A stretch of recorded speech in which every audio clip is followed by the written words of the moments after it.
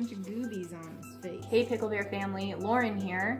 We're coming up on Halloween on Wednesday and we thought it would be fun to do a nice pumpkin carving video and also roast some pumpkin seeds since they are so delicious. So I have my pumpkin here. I also have a knife, a spoon to scoop out some innards, a colander for all of my seeds, and just a pumpkin carving knife from a kit. So let's get started on the lobotomy.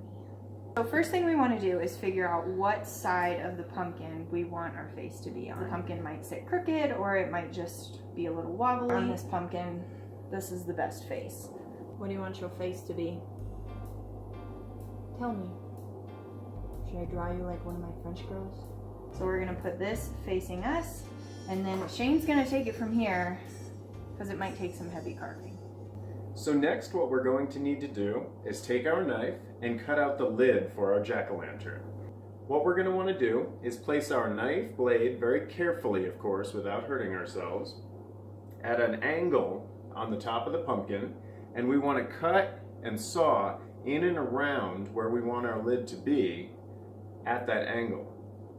The reason for this is so that the lid does not fall into our jack-o'-lantern after we cut it out and gut it.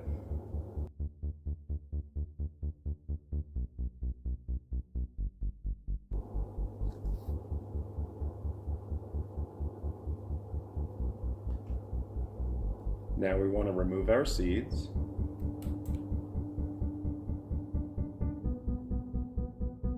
We won't need any of this, so I'll cut all of this right off.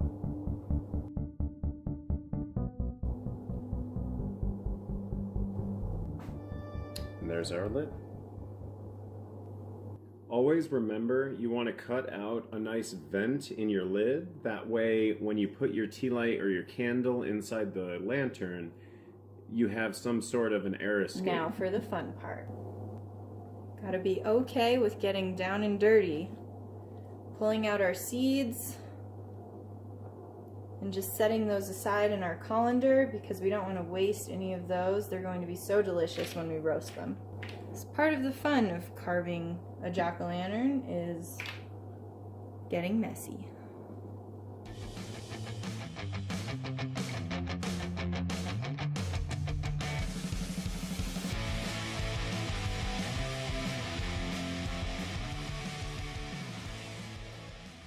Alright, so now we're going to make our pumpkin seeds. I took the pumpkin seeds from the colander, rinsed them all out, got all of the orange little pumpkin strings off of them.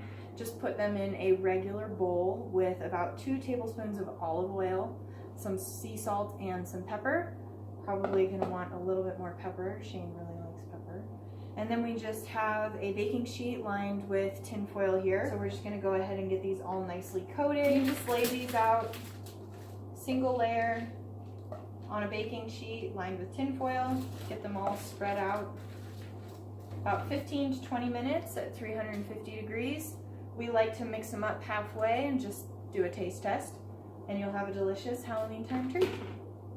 Now we're going to have to scrape out all of the insides. So we're just going to take a regular spoon. We're using a tablespoon in this case, just a generic one. And we're just going to scrape the inside walls. And essentially what we want is we want the inside walls to be about 1/2 to 1/4 inch thick, no thicker.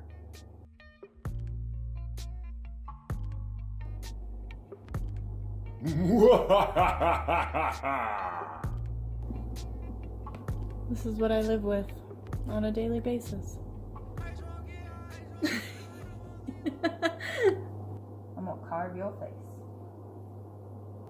So now that we have it all cleaned out, and we did a pretty good job, nice flat bottom for our candle. We don't really use templates, so I'm just gonna wing it and get creative. I'm more of a fan of the traditional jack-o'-lantern smile with the triangle eyes, so that's usually what I go for.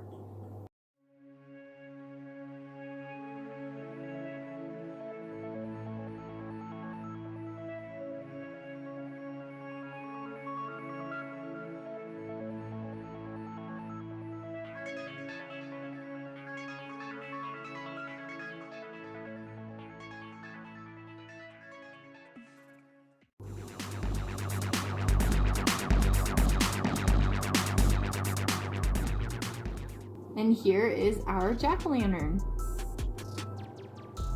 Okay, PickleBear family, when your seeds are done cooking, you should have something that looks like this. Tasty roasted pumpkin seeds. A simple low-calorie snack that is truly delicious.